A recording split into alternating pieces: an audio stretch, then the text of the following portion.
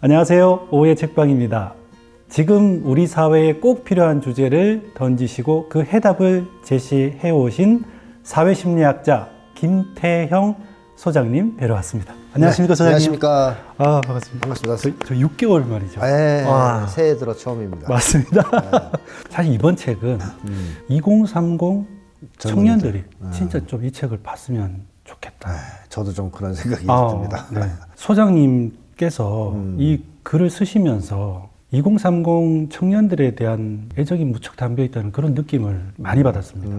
저도 이제 남자아이 2명을 키우는 아빠다 보니까 네. 아, 우리 아이들이 살아갈 앞으로의 세상이 어떨까라는 걱정도 상당히 됐거든요. 네. 이 친구들한테 이야기를 들으니까 소위 일베나 아니면 뭐 좀 그런 극우 사이트에서 나오는 용어들 또는 비아냥되는 그런 소재들을 가지고 이야기를 상당히 많이 한다는 거예요. 네. 그래서 이 책이 나온다고 했을 때 어떤 내용이 담겼을까 되게 궁금했었습니다. 네. 우리는 왜 가짜 정의에 열광하는가라는 제목인데요. 네. 이 책을 기획하게 되신 결정적인 어떤 계기가 있으셨다면 뭔지 말씀 부탁드립니다. 저는 한국 사회에 수많은 개혁 과제들이 있는데 네. 그런 개혁 과제들을 다 실천하더라도 네. 근본적인 개혁을 못하면 아. 어렵다. 한국 사회의 미래가 밝지 않다. 어. 이렇게 생각해 왔거든요. 네네. 근데 그 근본적인 문제 중에 대표적인 게 바로 불평등 문제입니다. 아. 그러니까 한국 사회가 손을 못 대고 있어요. 불평등 문제를 지금까지 계속. 그래서 이 문제를 해결하지 못하면 우리 미래가 불투명한데 이 문제를 이제는 전면적으로 좀 제기하고 서로 토론하고 또 합의를 이루어서 좀 해결해야 되지 않겠느냐. 그래서 사실 정의의 문제는 곧 평등의 문제이기도 하거든요. 아, 그래서 그 주제를 꼭 다뤄야 되겠다 하는 생각이 있었고 네. 그 다음에는 그 말씀하셨듯이 젊은 세대들이 네, 너무 네, 힘들고 그런데 뭐 요즘에는 욕도 좀 많이 먹죠. 뭐 극우화됐다 뭐 이런 식으로 욕도 좀 먹고 있는데 이 젊은 세대들이 왜 과거와는 달리 정의에 대한 관심이 사라지고 공정에 집착하게 되었느냐. 아, 네, 네. 네, 또 한국 사회가 왜 과거에는 정의를 얘기하다가 이제는 공정을 주로 얘기하는 사회로 바뀌었느냐. 이것은 정의의 왜곡 내지는 실종이라고 봤습니다. 그래서 이런 문제를 한번 다룰 필요가 있다. 그래서 이제 집필하게 된 거죠. 책을 쓰시면서도 아, 이 책은 진짜 빨리 내야 되겠다. 아니면 꼭 다뤄야 되겠다라고 생각하셨을 것 같아요. 워낙 우리 사회에 지금 여러 가지 일들이 네. 있다 보니까. 특히 이제 그런 관련해서 떠오르는 사건이나 주제가 있다면. 뭐 사실 윤석열의 쿠데타, 그러니까 이제 뭐 내란 이것도 상당히 영향을 줬고, 네. 야, 뭐 이건 이게 결국 정의의 문제거든요. 그것도. 맞습니다. 네, 그래서 정의를 실현해야 된다. 내란을 종식시키고 뭐 그런 문제부터 새로운 정부가 출범했을 때 네. 이제는 본격적으로 한국 사회를 대개혁을 해야 되는데 그렇다면 이제 정의의 문제가 중요하게 부각되지 않겠느냐 하는 생각이 있었고 그 다음엔 한국 젊은 청년들 이 문제가 너무 많은 거죠. 여러모로 너무 힘들고 그러다 보니까 일각에서 얘기하는 보수화, 뭐 극우화 이런 흐름도 지금 감지가 되고 있고 그래서 이런 문제가 왜 발생했는지 사람들이 일단 알아야 되지 않겠느냐. 맞습니다. 알지 못하고 계속 혼내주고 타박한다 그래서 맞습니다. 해결이 되겠어요. 맞아요. 그래서 그런 문제도 좀 다뤄야 되겠다 생각이 들었고요. 네. 그래서 그런 것들을 염두에 두면서 썼습니다. 지금 저는 저희 아이들한테 어떻게 이야기해야 될지를 방법을 잘 못 찾겠습니다. 그런 이유가 뭐냐면 제가 그 세대를 이해를 잘 못하겠습니다. 그러니까 이 책 덕분에 사실 이해가 조금씩 됐어요. 예. 그러니까 이해가 되니까 애정이 생기더라고요. 네, 그렇죠. 요 얘기는 진짜 좀 이따 다시 하겠습니다. 2025년도에 한국인이 바라보는 사회 문제, 사회적 가치연구원에서 조사한 목록인데요. 네. 지금 현재입니다. 지금 현재 가장 큰 문제가 뭐냐라는 순위의 첫 번째가 개인정보 유출 사생활 침해인데요. 아마 쿠팡이나 뭐 KT라든가 이런 문제 때문인 것 같아요. 근데 그 안에 속 내용을 보면 온라인 성범죄 증가, 사이버 범죄 이게 또 포함되어 있어요. 이 책에서 말하는 남녀 갈등, 또 여성에 대한 사이버 폭력 이런 것도 아마 내포된 주제가 아닐까 그런 생각도 했고요. 근데 이게 두 번째가 중요한 것 같습니다. 일과 생활의 불균형. 그 이유가 일과 가정의 양립하는 게 불가능한 세대가 되었다는 것. 너무나 높은 근로시간 문제. 오류기가 소득 양극화, 또 집값 불안정, 이런 건데요. 좀 특이한 거는 원래 작년까지만 해도 투명하지 못한 정보가 1위였습니다. 네. 정권이 바뀌면서 이거 바뀌어서. 7위로 쭉 떨어졌고 아, 네. 개인 정보만 제외하면 몇 년 동안 계속 꾸준히 1위를 했던 게 소득 불안감입니다. 네. 제가 흔히 얘기하는 고립적 생존 불안. 맞습니다. 네, 그거죠. 맞습니다. 예. 이 책이 지금 우리 대한민국 국민이 가장 걱정하는 모든 걸 다 담고 있더라고요. 비상계엄 이후에 네. 지금 윤석열 전 대통령 그리고 그와 동조했던 사람들에 대한 재판이 진행 중인데 네. 1년을 지금 끌고 있습니다. 네, 네. 예, 물론 이제 재판이란 과정이 금방 끝나지 않는 건 다 알고 있는데 바라보는 국민 입장에서는 지치는 과정이거든요. 그 뭐 사실 국민들 입장에서는 답답하고 뭐 화도 나고 그럴 만한 일이죠. 그러니까 내란이 빨리 종식이 되고 정리가 되고 네. 새로운 세상에 출범을 해야 되는데 맞습니다. 개혁을 추진해야 되는데 그걸 못하고 지금 시간을 끌고 있는 상황이니까. 그러니까. 근데 지금 상황은 어쨌든 한국의 내란 세력이 굉장히 광범위하게 퍼져 있다. 걸 보여주고 있고. 아, 네네네. 그 다음에 지난번 내란의 주체가 바로 한국 사회를 지배해왔던 또 현재 지배하고 있는 기득권 세력이지 않습니까? 맞습니다. 이게 내란 청산의 어려움을 유발하는 주요 원인이죠. 기득권 세력이 아닌 세력이 내란을 일으켰으면 이미 다 장났을 겁니다. 아, 그러게요. 근데 그 기득권 세력이 자기 기득권을 더 강화하려고 내란을 한 거거든요. 그러니까 이 세력에서 몇 명 잡아놓는다고 되는 문제가 아니고 처벌하려고 하니까 그 사람 소수라도 네. 계속 여기저기서 쉽게 하면 저항을 하는 거죠. 사법부도 그렇고. 그래서 내란의 종식이 좀 시간이 오래 걸리고 있는데 그래도 어쨌든 내란은 청산되는 쪽으로 가긴 갈 겁니다. 올해는 상반기 중에 어느 정도 해야 되지 않을까 싶습니다. 아, 이해가 되네요. 그게 윤석열 그 몇 사람들만 해결해 될 문제는 아니네요. 그렇죠. 이 책 전체에 흐르고 있는 기본적인 비판의 주제가 신자유주의입니다. 네. 그 신자유주의가 우리 한국의 그 세대별로 어떤 환경의 변화가 일어났는지 이걸 좀 정리를 해주시면 책 전체 내용이 좀 이해가 되지 않을까 싶습니다. 원래 신자가 안 붙은 자유주의도 있었을 거 아니겠습니까? 네, 맞습니다. 그게 초기의 자본주의입니다. 아, 자본주의가 처음에 등장했을 때 네. 자유주의를 주장했어요. 아, 왜냐하면 그 당시 중세 시대 때 자본가들은 네. 장사를 좀 하려고 그러면 네. 왕이나 귀족들이 와가지고 세금 뜯어가고 맞습니다. 막 방해하고 못하게 맞습니다. 짜증나는 거예요. 그렇죠. 아니 뭐 영업활동 좀 하려고 그러면 저것들이 계속 해방 놓고 네. 그래서 여러 가지 자유를 주장합니다. 어. 그 중에서 하나가 이제 사상의 자유. 네. 그 자본가들을 탄압하고 또 노동자나 농민들, 그 당시에 노동자는 별로 없었죠. 농민들을 탄압하는데 주로 썼던 것이 이 중세 사상이란 말이죠. 신중심에. 네. 이런 거 이제 봉건제도를 찬양하는. 아, 그리고 나머지 뭐 공화제를 주장한다든가 네네. 인권을 주장한다 그러면 이거는 거의 요즘식으로 한 빨갱이처럼 했으니까 네네. 이거 쟁취를 하지 않으면 자본가들이 자기들이 지배하는 세상을 만들 수가 없어요. 그래서 사상의 자유도 주장하고 또 자본가로서의 영업활동의 자유, 이윤 추구의 자유 네네. 이런 것들을 포괄하는 개념으로서의 자유주의가 탄생합니다. 네. 그래서 초기 자본주의 때 이게 등장하면서 네. 봉건제가 무너지죠. 음, 뭐 시민혁명이니 뭐 이런 게 네, 유럽에서 맞습니다. 발발하면서 다 무너집니다. 네. 그리고 자본주의 사회가 탄생했는데 네. 이 자본주의 사회가 시간이 좀 지나면서 네. 모순에 이제 봉착하는 게 바로 양극화 문제죠. 맞습니다. 네. 빈익빈 부익부 문제.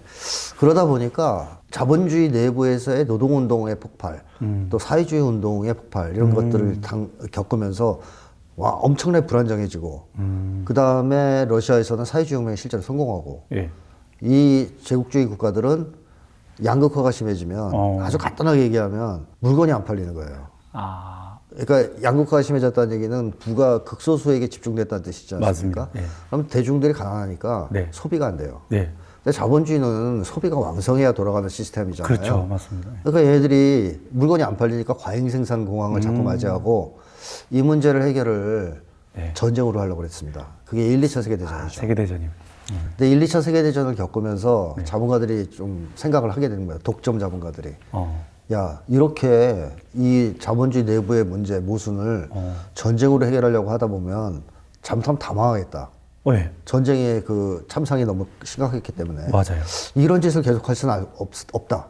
게다가 전쟁 과정에서 사회주의 국가가 대폭 늘어나지 않았냐. 동구권 다 사회주의화 되고. 맞습니다. 그러니까 이거 위험하다 이거. 그래서 안 되겠다 네. 해서 나온 게 수정자본주의입니다. 아, 네. 네. 그러니까 영국 같은 경우에 세금을 최고세율을 98%까지 걷기 시작해요. 그러니까 이제 최고 부자한테 네. 1,000만 원 받으면 980만 원 세금 받는 거예요. 요즘에 그런 짓 했다가는 뭐 사회주의라고 그러겠죠. 아, 네, 절대. 네. 미국도 95%. 와. 그러니까 전 세계적 추세가 그렇게 흘러갑니다. 수정 자본주의. 수정자본주의. 네. 야, 돈 많은 놈들 이제 내. 돈 내. 이걸 중산층 이하 평민들한테 풀죠. 그래서 평등 수준이 엄청나게 올라가요. 아, 네. 영국에서 그런 말이 나오는 게 요람에서 무덤까지라는 말이 그랬을 때 나와요. 네. 이게 이제 수정자본주의고 북유럽 복지국가도 그때 탄생합니다. 그 일환으로서. 네. 그러니까 서유럽을 중심으로 한 미국도 뉴딜이니 뭐 하면서 네. 자본주의 역사상 가장 평등 수준이 높아지고 네. 중산층이 많아집니다. 네. 분배를 쭉 해버리니까. 맞습니다. 이제 구매력이 살아날 거 아닙니까? 네. 그러니까 자본주의가 잘 돌아가요. 이때를 자본주의 황금기라고 그러죠. 뭐 70년까지입니다. 네. 전후부터. 네. 근데 70년대 이후 이제 80년에 접어들면서 사회주의 진영이 무너지기 시작해요. 네네. 네. 그러다가 소련이 91년 붕괴되면서 사회주의 진영이 다 사라집니다. 예. 그래서 이제 자본가들 또 딴 생각을 하는 거죠. 야, 옛날엔 사회주의 무서워서 우리가 이 평등 정책에 동의를 했지만 예. 이제 뭐 무서워할 것도 없는데 혁명이 일어날 위험도 없는데 뭐 왜 이제 양보하냐? 그러면서 나온 게 신자유주의예요. 한 번 더 이윤 추구를 할 수 있는 자유를 가져오겠다. 그러니까 이제 말이 자유주의 그러니까 되게 좋아 보이는데 예. 사실상 독점 자본가들의 무제한적인 이윤 추구의 자유를 주장하는 게 신자유주의입니다. 어머나. 그래서 대표적인 주장이 민영화. 민영화. 네. 옛날에는 국가가 네네네. 공공적 성격이 있는 철도, 통신 뭐 이런 거는 네. 국유화했잖아요. 네, 그렇습니다. 그게 이제 일종의 사회주의 정책이거든요. 네. 야, 그 이제 우리한테 팔어. 수도도 팔고 소방서도 팔고 감옥도 팔어. 미국 같은 경우에는 막 감옥까지도 민영화돼 있지 않습니까? 아, 네. 맞습니다. 맞습니다. 그런 식으로 팔어. 그 다음에 규제 다 없애. 세율 낮춰. 무슨 98%야. 낮춰. 그리고 미국 같은 경우에는 그런 법도 있었어요. 그 노동자에 비해서 CEO가 몇 배 이상 못 가져가는 법도 있었어요. 미국은. 예. 몇 배 이상 벌어지지 못하게 하는 법. 예. 없애. 지금은 없어졌잖아요. 없어졌죠. 그러니까 이제 무제한적으로 가져갈 수 있게 됐죠. 그런 식의 규제를 다 철폐해서 작은 정부를 주장하는 겁니다. 작은 정부를. 너 정부는 아무것도 하지 마. 관여하지 말고. 우리가 그냥 털어먹을 때, 이제 사람들 털어먹을 때까지 이야. 관여하지 마. 이게 신자유주의입니다. 옛날에 왕과 귀족들이 누렸던 권한이 말이 자유주의지 실제로는 독점 자본가들에게 건너간 건 똑같네요. 그렇습니다. 그래서 독점 자본가들이 무제한적인 이윤 추구를 대변하는 사상이 이제 신자유주의인데, 이 신자유주의의 가장 그 위험한 요소 중에 하나가 뭐냐면, 이 독점 자본가들이 제일 싫어하는 게 예. 노동운동 같은 거죠. 그렇네요. 진보운동. 제일 싫어합니다. 사회주의는 무너졌지만 자본주의 안에서의 그런 진보운동이나 노동운동이 활성화되면 골치 아프다고 생각하는 거죠. 그렇겠네요. 그래서 이 사람들이 고안해낸 게 뭐냐면 개인간 경쟁이에요. 사람들을 개인별로 싸움을 붙이자. 그래서 신자유주의의 주요한 특징이 바로 승자 독식의 개인간 경쟁을 제도화했다는 겁니다. 그러니까 그 전까지의 자본주의 사회는 기본적으로 집단 간 경쟁 사회라고 볼 수 있어요. 네. 그러니까 뭐 드라마 오징어 게임에 비유하자면 줄다리기 시합 하는 사회. 같은 팀을 이뤄가지고. 팀을 이뤄서. 우리 옛날 학교 운동회 같은 청백전. 이런 경쟁을 하는 시대였습니다. 이렇게 집단 간 경쟁을 하게 되면은 이 집단 내부의 사람들은 사이가 좋을 거 아니야, 당연히. 그렇죠. 그러니까 나한테 동료가 있고 이웃이 있고 사랑을 주고받을 대상이 있고 그러니까 이 집단 내부에서 사람들이 외롭고 그러지는 않습니다. 내가 소속감이 있으니까. 그렇죠. 항상 소속된 공동체가 있으니까. 그리고 집단 간 경쟁을 했을 때 집단 간 관계도 악화되지 않아요. 별로. 그래요? 네, 그 이유는 왜 그러냐면 집단 간 격차가 벌어지기 힘들기 때문에 그렇습니다. 하나 예를 들어보면 청팀의 상품은 뭐 예를 들면 아이패드, 이쪽 팀 상품은 연편한 자루. 그러면은 어떻게 돼? 이거 피터치겠어요.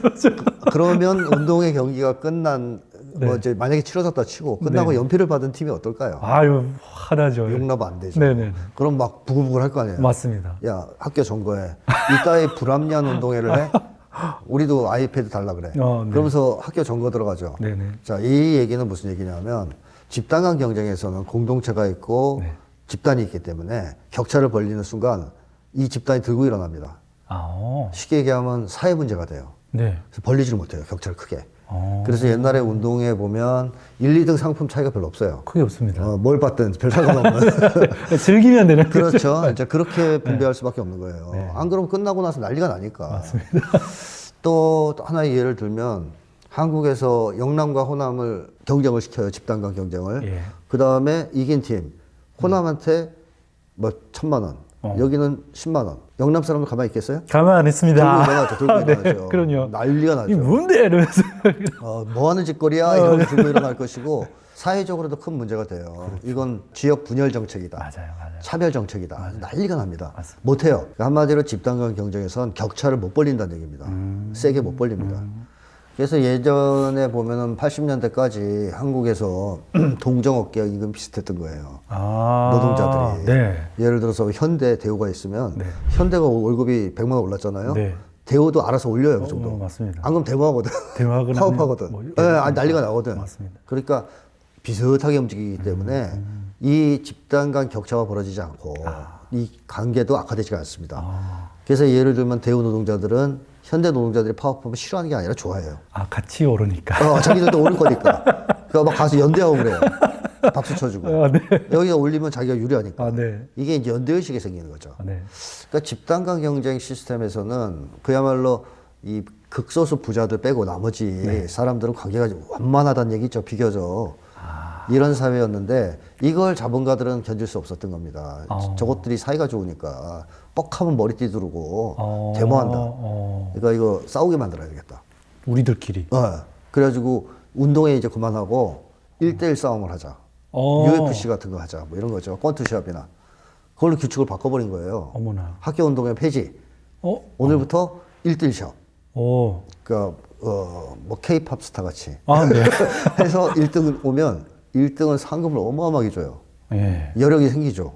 네. 다 줄 거를 얘한테 몰아주니까. 그렇죠. 그다음에 나머지는 거의 이제 빈곤 없거나. 근데 그 중에서도 또 차등을 두는 거예요. 서열을 쭉 매겨놓고 상금을 다 차등 분배합니다.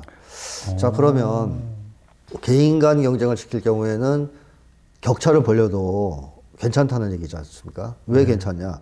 아까는 격차를 벌리면 들고 일어나잖아요. 네. 근데 각 개인으로 다 흩어져 있어요, 사람들이. 그리고 서로 싸운 관계라서 사이도 안 좋아요, 별로. 안 좋았습니다. 자, 그러면 격차를 벌릴 때 이 사람이 시스템을 문제가 있다라고 제기하면서 규칙을 바꾸라고 얘기할 만한 힘이 있습니까? 없죠. 개인은 무력하니까. 네. 그래서 개인 간 경쟁을 시키고 격차를 벌리는 건 가능합니다. 자본가들이 그걸 노리고 계속 개인 간 격차를 벌려요. 제도를 바꿈으로 인해서 그런 게 돼버리는 거군요. 그렇죠. 오징어 게임에서 이제 드디어 구슬치기가 시작되는 거죠. 줄다리기 시합은 끝나고. 자, 이제 줄다리기 시합 그만. 구슬치기 시작. 이렇게 되면은 각 개인이 흩어져서 싸우는 거예요, 서로. 예. 이 과정에서 단결이 될 수가 없기 때문에 자, 이긴 사람한테는 1,000만 원, 진 사람은 200 주면 말도 안 된다고 생각하지만 네. 저항을 못 해요. 그러니까 이걸 가지고 개인 간 격차를 계속 벌립니다. 그래서 거의 개인이 다 와야 되고 공동체가 붕괴되고 인간관계가 크게 악화되고 관계가 계속 안 좋아지니까 그렇죠. 연대를 못 하겠네요. 급격하게 나빠지죠. 네. 뭐 드라마 오징어 게임을 봐도 그런 장면이 나오죠. 이 주인공이 줄다리기 시합을 할 때만 해도 그 팀 사람들 관계가 아주 좋습니다. 네. 서로 뭐 화해해요. 서로 위해주고 구슬치기 시합 들어가자 같은 팀이었던 할아버지를 주인공이 속여요. 맞아요. 자기 죽을까봐. 그리고 나서 괴로워서 울죠. 네. 이게 결국 개인 간 경쟁을 시키면 이웃과 사이좋게 지낼 수가 없는 거잖아요. 그게 친자유주의의 가장 큰 저는 해악이라고 생각합니다. 그러니까 한국 사회에 그게 도입되면서 전방위적으로 개인 간 경쟁 체제가 자리를 잡게 되고 네. 그 과정 속에서 인간관계가 급격하게 악화되고 공동체가 전면적으로 와야 되는 이 수순을 밟았다. 그 결과가 바로 대표적으로 세계 최고 수준의 자살률이죠. 신자유주의가 도입됐을 때부터 한국의 자살률이 세계 1위를 찍고 아직까지 떨어지지 않습니다. 거의 1위에서. 한국 사람들이 거기서 얼마나 이제 큰 고통을 겪고 있는지를 보여주는 게 바로 자살률이라고 생각합니다. 그 피해를 가장 심각하게 입은 사람들은 누구냐? 청년 세대죠. 예. 왜냐? 저희 세대만 해도 신자유를 겪은 게, 한 30대? 예, 맞습니다. 이때쯤이잖아요. 저는 대학교 가서 군대를 제대하고 돌아왔을 때. 그쵸. 그때부터. 그러니까 저는 대학 다니고 사회생활 할 때까지도 집단 간 경쟁 분위기에서 살았어요. 예. 그러니까 회사 들어가면 관리자도 못 되는 놈 많고 사장도 못 되고 그러지만 네. 노동자들끼리는 아주 화목하게 지내는 네. 회사 분위기가 있었어요. 네네네. 막 매일같이 서로 술도 마시고 점심시간에 같이 족구도 하고 네. 또 서로 집에 놀러 다니고 여행도 같이 다니고 네, 맞습니다. 그렇게 지냈습니다. 네. 사이좋게. 근데 그 기간을 저 넘어서서 이제 드디어 30대, 90년대 이제 중후반 넘어가니까 그런 분위기가 사라지기 시작합니다. 네. 직장에서. 네. 다 개인간 경쟁을 시켜버리니까. 어. 그래서 그런 거를 나이가 들어서 겪었잖아요. 네. 그러니까 적어도 기성세대는 공동체의 중요성은 압니다. 압니다. 네. 그걸 겪어봤기 때문에. 네. 거기에 대한 기억도 있고, 그립기도 하고. 그래서. 그립기도 하고, 거기에 대한 믿음도 있어요. 네. 가능하다는. 아, 네네. 젊은 세대들은 그 경험이 전혀 없습니다. 아예 없는 거. 아예 없죠. 요즘의 젊은 친구들은. 어려서 일단 놀이 공동체가 없었지 않습니까? 아, 맞아요. 그러니까 뭐 옛날에 우리 어렸을 때 동네 친구들이 모여서 하루 종일 뛰어놀던 그런 기억들 다 갖고 있을 텐데 나이가 좀 있으신 분들은 맞아요. 뭐 놀기 싫어서 안 나가면 집에 잡으러 오잖아요. 누구야 놀자. 애들이 몰려와가지고 맞아요. 그럼 나가야 돼. 그럼 쫓아가서 놀아. 그런 놀이 공동체. 네. 그다음에 학교 공동체. 맞아요. 가운데 식상 모아놓고 도시락 닦아서 아. 반찬 나눠 먹고. 맞아요. 뭐 또 가난한 집 친구들도 와서 껴서 먹고. 아, 맞습니다. 이제 그런 학교 공동체. 대학교까지도 저는 그걸 겪었어요. 80년대 대학을 다녔기 때문에 분위기 되게 좋았거든요. 그리고 뭐 직장 공동체, 마을 공동체 이런 것들이 있었단 말이에요. 네. 또 국가 공동체 경험도 있었고. 그런데 젊은 세대들은 놀이 공동체 경험 없고 학교에 지나가니까 학교도 살벌한 개인 간 경쟁에 파치는 거예요. 아. 그래서 한국 사회에서 사실 초등학교까지 지금은 네. 개인 간 경쟁이 자리를 잡아가지고 네. 초등학생들도 친구 서열을 매긴단 말이에요. 서로 서열을 쫙 매겨요. 옛날엔 그런 문화가 없었는데 지금 그런 문화가 있죠. 예를 들면 아파트가 단지 수가 크다. 여기가 대형, 중형, 소형이다.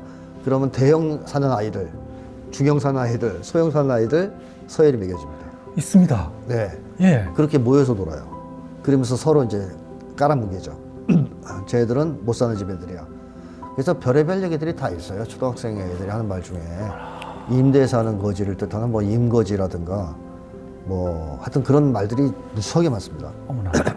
뭐 심지어 200충 뭐 이런 말도 있어요. 친구 아버지 월급이 200만 원이다. 거기에 이제 벌레 충자를 붙여가지고. 처음 듣습니다. 진짜로 처음 듣습니다. 그 신문에도 나왔습니다. 그런 게. 초등학생들이 많이 쓴다고. 어머나.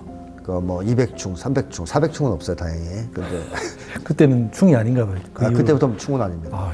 300만 원까지는 벌레. 그래서 초등학생들도 너무 충격이네요. 학교에 들어가면 그냥 그 서열이 쫙 매겨지면서 친구들 사이에서 계속 어른들하고 똑같이 되는 거예요. 어머나. 야, 너는 가난한 집 아이네? 전세 사냐? 뭐 이제 이런 식이 되는 거죠. 아파트, 옛날 아파트네? 집에 뭐 있냐? 뭐 이런 식으로 정확하게 이제 서열 개념으로 다루는. 여기서 이제 학교 폭력도 발생하고 갑질도 발생하고 막 이러는 거 아니겠습니까? 네. 그 문화가 자리 잡았습니다. 학교를. 그러다 보니까 어려서 놀이 공동체가 없었고 학교에 가도 옛날 같은 친구들 간의 학급 공동체 이런 걸 경험을 못 해요. 네. 살벌해요, 오히려. 그러다 사회 나오면 사회 더 하죠. 네. 그러니까 이걸 쭉 겪은 젊은 세대들은 공동체에 대한 경험이 전혀 없고 네. 믿음도 없고 기대도 없어요. 기대도 없고. 네, 기대도 없어요. 한 번도 겪어보지 못했기 때문에. 그래서 응답하라 1988이나 그 폭삭 소가수다 같은 드라마를 보면은 네. 나이가 좀 있는 사람들은 그래 우리 옛날엔 저러고 살았는데 그러니까요. 사이좋게 네네. 막 그립다 네. 이런 기억들이 있지 않습니까? 그러니까 과거의 추억들을 떠올리잖아요. 네. 젊은이들한테 제가 물어봤거든요. 네. 나오면 그거 판타지 아니에요? 와. 이해를 못하는 거예요. 그 가능성을. 네. 사람들이 모여서 서로 사이좋게 사는 서로 위해주면서 사는 공동체, 그것에 대한 이해가 전혀 없습니다. 그러니까 믿음, 기대 전혀 없어요. 오히려 이 젊은 세대는 안 좋은 경험만 많이 했어요. 인간관계에서. 어려서부터 뭐 사교육 받고 막 공부하느라고 뺑이 치고, 좀 나이 들어서 학교 가면 학교에서 뭐 친구들 관계에서 그렇게 약육강식이 벌어지고, 예. 서열 문화가 지배하고, 예. 그 속에서 학교폭력도 직간접 경험을 하고 네. 성장했습니다. 그러니까 이들은 기본적으로 인간을 별로 안 좋아해요. 인간을 안 좋아한다. 인간 악하다고 보는 경향이 있어요. 와. 그러니까 뭐 세상을 다 안 믿고 불신하고, 이 끔찍한 세상, 네. 양육방식의 세상에서 어떻게든 난 살아남아야 되겠다. 뭐 그런 것만 지금 관심이 있는 그런 개인주의 심리를 갖게 되죠. 그래서 저는 한국의 청년 세대를 한국 사회에서 처음으로 등장한 진정한 개인주의 세대다, 이렇게 평가를 합니다. 소장님 이야기 듣고 보니까 저는 방송을 하지 않습니까? 네. 지금 넷플릭스라든가 사람들이 굉장히 인기를 많이 얻는 드라마들이 굉장히 폭력적이고 그렇죠. 잔인하고 네. 타인은 모두 적이고. 적인 그런 드라마들이거든요. 왜 이러지라고 이렇게 생각하고 있었는데 그게 오늘날의 보통 사람들, 또 특히 젊은 세대의 심리를 대변하는 거죠. 와. 그러니까 뭐 사람들이 다 착하고 따뜻하고 이러면요, 젊은이들은 저 판타지다, 판타지다. 이렇게 얘기하죠. 오히려 그런 걸 봐야 자기들 마음을 대변하는 것 같고 현실 같다. 글로리 더 글로리 더 글로리는 자기 얘기죠. 자기 이야기요? 예, 자기가 당했거나 목격했거나 자기가 겪었던 학교의 얘기가 바로 더 글로리죠. 그래서 오징어 게임의 1탄을 보면은 성기훈이 거기에 참가를 해서 주인공이 네. 1등을 합니다. 네. 그래서 456원인가를 받죠. 네. 전혀 행복하지 않아요. 네. 그 맞습니다. 끔찍한 그 게임을 치렀기 때문에. 성기훈은 그 게임은 부정의라고 생각합니다. 정의의 관점에서 표현하자면 부정의한 게임이다. 맞아요. 저 따위 게임은 없어져야 된다라고 굳게 맞습니다. 믿고 시즌2에서 다시 게임에 참여합니다. 네. 그 게임을 폐지하려고. 맞습니다. 그러니까 쉽게 얘기하면 성기훈이 추구했던 게 정의입니다. 부정의한 세상을 바꾸겠다. 게임 자체를 폐지하겠다. 그래서 성기훈이 게임에 참가해서 사람들한테 호소하죠. 네. 이 게임은 부정의한 게임입니다. 네. 이거 폐지합시다. 네. 근데 아주 극소수만 동의해요. 맞아요. 네, 나머지 무관심하고. 네. 굳이 얘기하자면 이 극소수가 이제 기성세대, 공동체에 대한 기억이 있는 이렇게 이제 볼 수 있고, 네.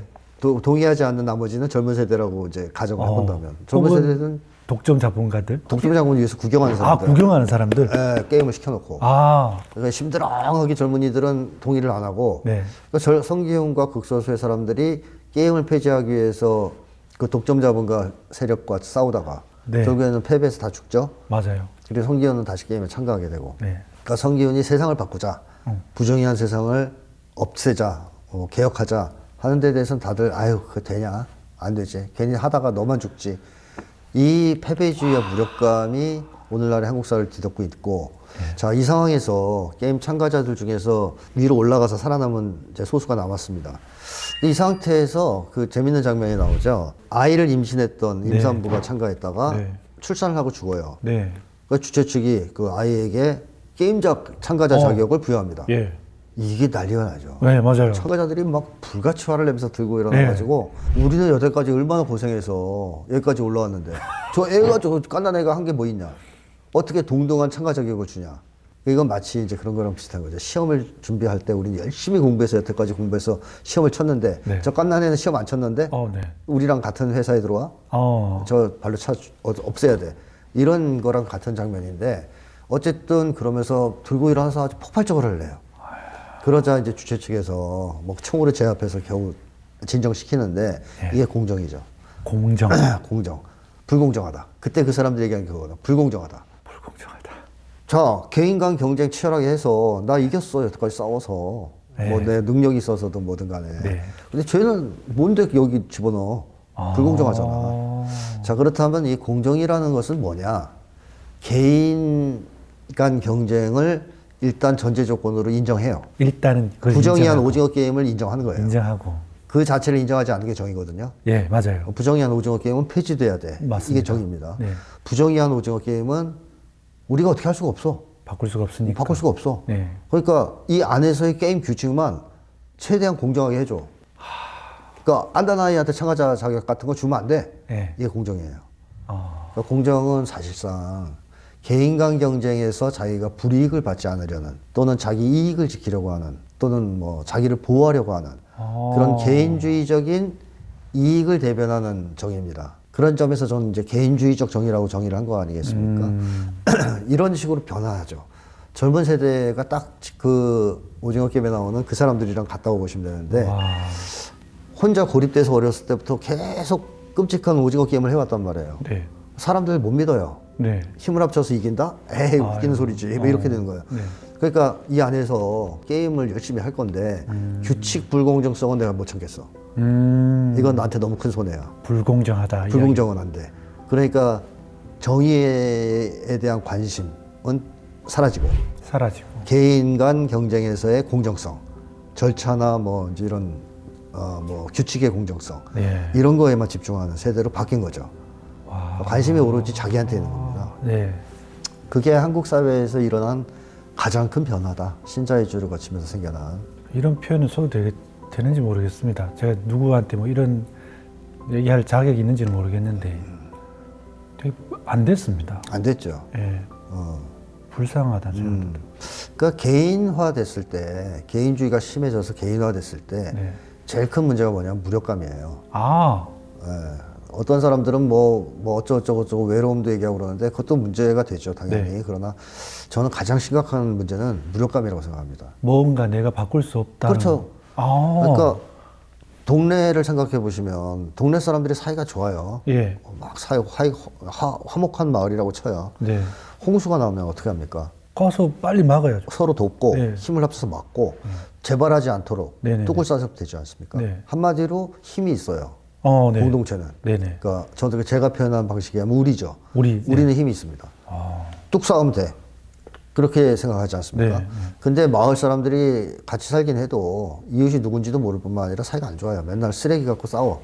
집 앞에 너 네가 놨지 뭐 층간 소음 것 갖고 싸우고. 자, 이런 마을에 홍수가 나면요. 각 개인이 할 수 있는 게 뭐가 있어요? 도망가기 바쁘겠어요. 살수 있는 게 없죠. 무력합니다. 우리가 힘을 합쳐서 홍수의 재발을 막을 수 있어. 이런 믿음 없어요.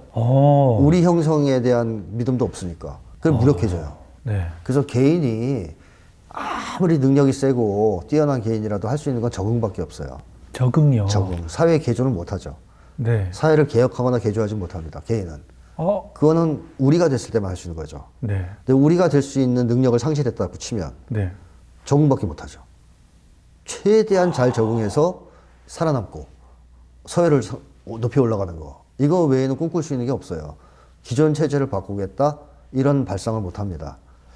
그러니까 젊은 세대는 완전히 개인화되면서 무력감이 극심하고 거기에 따라 세상을 바꿀 수 있다는 희망, 기대, 믿음 이런 것들은 없다. 이제 이렇게 보면 되겠고 그럼 남은 선택지 딱 하나죠. 오징어 게임을 계속 하되 그 안에서 최대한 나의 이익을 지키겠다. 공정하게 달라. 네. 불이익은 용납할 수 없다. 그래서 공정하는 거죠. 이런 이야기가 있잖아요. 요즘 젊은 세대들 중에 일을 하지 않고 캥거루족이나 네. 또는 직장을 구하지 않고 쉬고 있다라고 표현하는. 네. 근데 어떤 영상을 하나 봤는데 거기에 대한 상담을 하니까 우리가 봤을 땐 뭐라도 했으면 좋겠다. 답이 안 보이겠지만 일단 뭐라도 하면서 나중에 답을 찾아라. 근데 그 친구들이 하는 이야기는 우리도 뭔가를 해서 진짜 최선을 다해서 들어갔는데 내가 소모품처럼 이용만 당하는 것 같더라. 내가 진짜 이루려고 했던 꿈이 이것일까라는 회의감이 들어서 이제부터는 내가 원하는 게 뭔지를 찾기 위해서 쉬고 있는 거지 아무것도 안 하는 게 아니다 이런 얘기를 하더라고요. 그런 청년들도 있겠죠, 당연히. 네. 근데 오늘날과 같은 사회에서 할 수 있는 걸 찾는 청년들은 많지는 않을 것 같아요. 왜냐? 일단 이 돈이 안 되기 때문에 네. 하고 싶은 걸 찾았는데 돈이 안 되면 할 수가 없지 않습니까? 예. 그러니까 청년들에게 가장 심각한 문제는 역시 생존불안, 고립적 생존불안. 고립된 채 혼자 겪고 있는 생존불안. 이게 이제 가장 심각한 문제고 또 하나의 가장 큰 문제는 대인관계에 대한 공포입니다. 어려서부터 계속 인간관계에서 상처를 받아왔던 친구들이 많죠.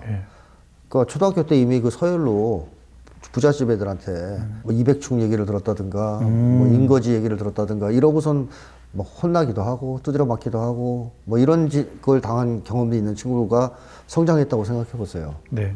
그러면 사람들 무섭지 않겠어요? 무서울 것 같아요. 피해식도 굉장할 거고 열등감도 심할 거고 이 과정에서 사회생활을 시작했습니다. 근데 거기서도 그런 걸 겪어요. 아, 예를 들면 네네. 제가 상담한 젊은 청년들도 그런 친구들 많거든요. 네. 겪으면 그 다음부터 사회생활 못해요. 무서워서. 너무 무서워서. 그러니까 이게 일본에서도 히키코모리 생성 배경입니다. 히키코모리들이 은둔형 외톨이라고 네, 하죠. 네, 네. 아예 사회생활을 처음부터 시작을 안 하는 친구들도 있는데 네. 대부분은 한 번 정도는 시도합니다. 한두 번 정도는. 네. 거기서 상처를 입어요. 그러면 어릴 때부터 쌓여온 대인관계 공포가 극대화되면서 못 나가요. 무서워서. 근데 한국도 그런 청년들이 점점 늘어나고 있죠. 이건 심각한 사회 문제입니다. 그러니까 이 친구들은 아까처럼 하고 싶은 걸 찾기 위해서 쉬는 친구들도 있지만 무서워서 못 나가는 친구들도 굉장히 많아요. 그렇겠습니다. 그 다음에 뭐 아예 희망이 없어서 집에 있는 친구들도 있죠. 노력해봤자 일자리도 없네. 이렇게 생각하는 친구들. 잠깐 말씀드린 주제가 이제 캥거루족이 있는데 혹시 캥거루족도 사실은 그것과 관련이 있는 것이 사회생활 너무 힘들잖아요. 그래서 결국 부모한테 안 나오려고 하는. 생존용 고립불안 마지노선이 부모이겠네요. 그렇죠. 세상 밖으로 안 나가려고 하는. 이게 한국에만 나타나는 현상이 아니고요. 신자유주의가 도입된 이래 미국, 일본 다 나오는 겁니다. 그러니까 이름은 다 달라요. 근데 예전에는 미국 같은 경우에는 경제가 잘 나갈 때는 18세 정도만 되면 나가서 독립해서 살았어요. 집에 안 나가면 이상하게 봤대요. 네, 맞습니다. 아니 나이를 18세나 먹었으면 집을 안 나가냐. 맞습니다. 지금은 안 나간다는 거예요. 미국 청년들도. 나가면 살 길이 없으니까. 그래 나갔다 들어온대요 다시. 부모 자식 관계가 동양보다는 사실 안 좋거든요. 개인주의가 심해서. 맞습니다. 그럼에도 불구하고 살 길이 없으니까 안 떠나고 안 나가고 그 다음에 돌아오고. 미국도 그런 현상이 나와요. 아시아 쪽은 더하죠. 미국이나 이런 데보다는 부모 자식 관계가 그나마 원만하기 때문에 상대적으로 자식들이 안 나갑니다. 무서워서. 부모도 걱정이겠네요. 정말. 그리고 부모도 자식을 그렇게 키우는 경우도 많죠. 그러니까 뭐 제가 예전에도 다른 쪽 책 가짜 사랑 고난사에서 다룬 바가 있지만 부모들도 불안이 너무 심한 거예요. 맞아요. 이 처절한 오징어 게임이 벌어진 세상이다 보니까 내 자식이 커서 밥도 못 먹고 살고 또 뭐 서열도 아주 낮아서 남들한테 무시당하면서 사는 거 그 고통을 제일 잘하는 게 부모들 아니겠어요? 그렇죠. 그러니까 이 부모들이 불안해서 못 견뎌가지고 어릴 때부터 아이들을 잡습니다 막 공부하라고. 근데 아이들이 공부를 좋아하질 않죠. 남 얘기가 아닙니다. 입시형 학습인데 공부인데 그걸 좋아하는 아이들이 없어요. 맞습니다. 그럼 아이들 공부시킬 수 있는 방법은 딱 하나밖에 없어요. 부모가 가진 힘을 동원해야 됩니다. 둘 중에 하나입니다. 폭력을 쓰든가 참 사랑의 힘을 이용하는 겁니다. 불안감을 심어서 사랑. 그러니까 공부 열심히 안 하면 사랑 안 준다. 조건부 사랑이라고 부르죠. 100점 받아오면 막 기뻐하고 뽀뽀해주고 70점 받아오면 이게 냉대하는. 냉대 안 해도 돼요. 그 태도만 달리하면 돼요. 태도만. 그러면 아이들은 느끼죠. 표정만 달라져도. 부모가 사랑을 안 주는구나. 그러면 아이들은 조건부 사랑을 받았기 때문에 사랑을 못 받았다고 느끼죠. 그렇기 때문에 오늘날 한국에서 젊은 청년들, 애정결핍 없는 청년들 찾는 게 진짜 하늘의 별 따기처럼 적어요. 저는 안 그러려고 하는데. 저것도 자꾸 반성이 됩니다. 옛날 부모들은 그런데 조금 무심했죠. 공부, 순위 이런 거. 그래가지고 공부 못하면 너는 공부머리가 없나 보다. 그러면 뭐 기술을 배워라. 뭐 이런 시대가 있었어요. 과거에는. 너는 뭐 기술 배워야 되는가 보다. 그죠. 뭐 굳이 그럼 대학 가냐. 뭐 이런 식이었는데 지금은 아니죠. 부모들이 아주 뭐 자식들한테 그 압력을 엄청나게 가하고 그 압력 행사의 수단은 주로 조건부 사랑입니다. 그러니까 이런 것들 속에서 젊은 세대 보면은 어릴 때 부모한테 사랑 제대로 못 받죠. 조건부 사랑이니까. 또 놀이 공동체 같은 거 없어서 친구 관계도 없고 그 다음에 친구 관계에서의 사랑도 경험 못 해보고 그 다음에 학교 가서도 살벌한 더 글로리의 학교 이런 학교를 거치고 사회에 나오면 또 오징어 게임 벌어지고 그러니까 젊은이들 입장에서는 이 세상이 사실 무서운 거죠. 그렇네요. 무서워요. 그래서 제발 뭐 나 노력할 테니까 불공정한 규칙만큼은 좀 어떻게 좀 없애라. 근데 노력해서 그 규칙 덕을 좀 보게 해달라. 이런 게 젊은이들의 공정이죠. 그러니까 안 됐죠. 그런 거 생각하면. 신자유주의가 아까 말씀해 주신 거는 서구 사회에서 신자유주의가 이렇게 어떻게 형성되어 왔는가 그 역사적으로 쭉 설명해 주셨잖아요. 또 우리나라의 경우에도 그 신자유주의가 그런 고전적인 자유주의와 그냥 수정자본주의 이 과정을 거쳐서 들어온 건지. 아, 그렇지 않죠. 그건 아니죠. 한국은 바로 미국에서 직수입하는 나라니까요. 아, 미국에서 1980년대부터 네. 그 사회주의 진영이 무너지기 시작하면서 그야말로 이제 자신감이 충만해진 독점 자본가들 사이에서 나오기 시작했고 네. 그걸 대변한 사람이 미국의 레이건 대통령, 아, 맞습니다. 영국의 대처 총리입니다. 네. 입만 열면 신자유주의 얘기를 했죠. 네, 맞습니다. 그래서 전 세계를 신자유주의로 재편했는데 네. 한국이 미국보다 조금씩 늦어요. 아, 수입해야 되니까 수입 기간이 걸려요. 네. 그래서 한국은 90년대부터 들어오기 시작합니다. 서서히 10년 지나서. 네. 그러다가 이제 김영삼 정권 때 네. 소위 이제 세계화를 아, 떠던 이게 신자유주의를 대변하는 정책이거든요. 예. 그래서 그거를 분수령으로 해서 확산되기 시작하고 네. IMF 경제 위기를 맞으면서 미국이 한국의 경제 주권을 강탈하고 신자유주의적 재편을 강하게 요구하죠. 이때부터 비정규직도 생기고 아, 맞습니다. 사람들 분열시키려고 네. 그래서 성과급 도입되고 맞아요. 신자유주의적 장치가 다 도입됩니다 이때. 그래서 한국은 10년 넘게. 그래서 네. 한국은 일제 강점기 때부터는 우리가 자체적으로 만들어서 뭘 해본 역사는 많지 않다. 주로 수입품이 한국을 지배해온 역사가 많다라고 생각합니다. 네. 신자유주의도 역시 우리가 만들어낸 건 아니죠. 수입품입니다. 근데 수입을 강요당한 거죠. 강요를 당한 거고. 네. 그 당시에 IMF가 그렇죠. 우리나라에게 그런 구조조정을 하지 않으면 그렇죠. 안 되도록 강요를 했으니까. 만들었죠. 그래서 최근에 뭐 국가부도의 날 같은 영화도 있지만 아, 맞습니다. 사실 미국이 의도적으로 한국을 베껴 먹으려고 일으킨 게 IMF다. 이게 요즘에는 거의 이제 정설화되고 있지 않습니까? 저도 예전에 들었습니다. 예. 네. 그러니까 미국에서 IMF를 그냥 신자유주의를 받아라 그러면 한국 사람들 정서에 안 맞기 때문에 안 맞으니까. 안 받을 수도 있단 말이죠. 네. 그러니까 IMF를 터뜨려가지고 김대중 정권도 경제 문제에 있어서만큼은 꼼짝 못하게 만들어 놓은 거죠. 그래서 신자유주의를 강요한 겁니다. 그래서 강요당한 거죠. 우리가 좋아서 선택한 건 아닙니다.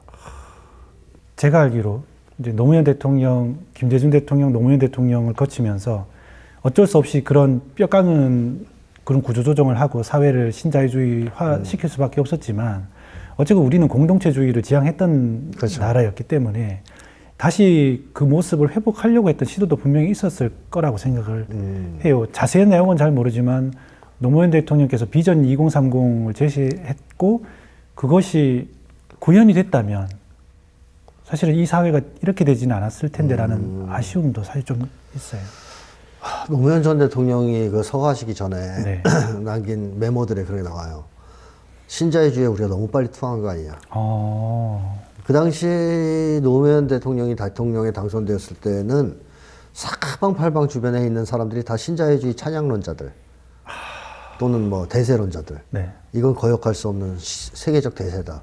지금 누가 미국한테 맞서냐. 그러니까 이건 따라야 된다. 그리고 신자유주의는 뭐 좋은 거다. 이렇게 거짓말하는 인간들. 이런 것도 많았다 보니까 노 전 대통령은 뭐 어쩔 수 없지 하면서 한 측면이 많을 것 같아요. 근데 나중에 퇴임하고 나서 보니 아닌 것 같은 생각이 드는 거죠. 네. 그래서 그런 메모를 남기셨다고 보거든요. 네. 우리가 너무 빨리 통한 거 아니냐라고. 네. 근데 한국에서 그 신자유주의가 도입돼서 공동체가 와야 되기 시작한 다음부터는 사실상 유의미한 어떤 공동체 복원을 위한 노력은 없었어요.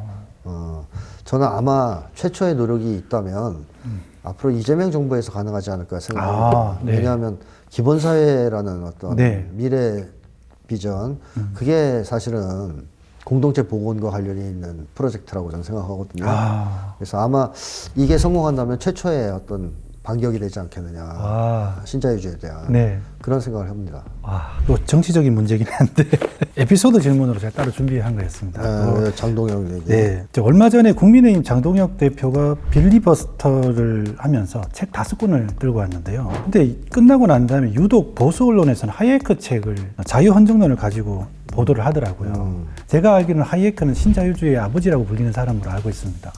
제목이 정확하게 기억이 안 나지만 노예의 길이었나요? 그 책을 통해서 신자유주의의 어떤 사상적 토대를 마련하는 책이었는데 왜 그 많은 책들 중에서 유독 이 보수 언론들은 하이에크를 중점적으로 이 책을 부각시켰는가? 그 논리대로라면 자기가 여당이었을 때 똑같이 비판받아야 될 문제인데 왜 여기 와서는 정말 자기 모순적인 발표를 하는 걸까?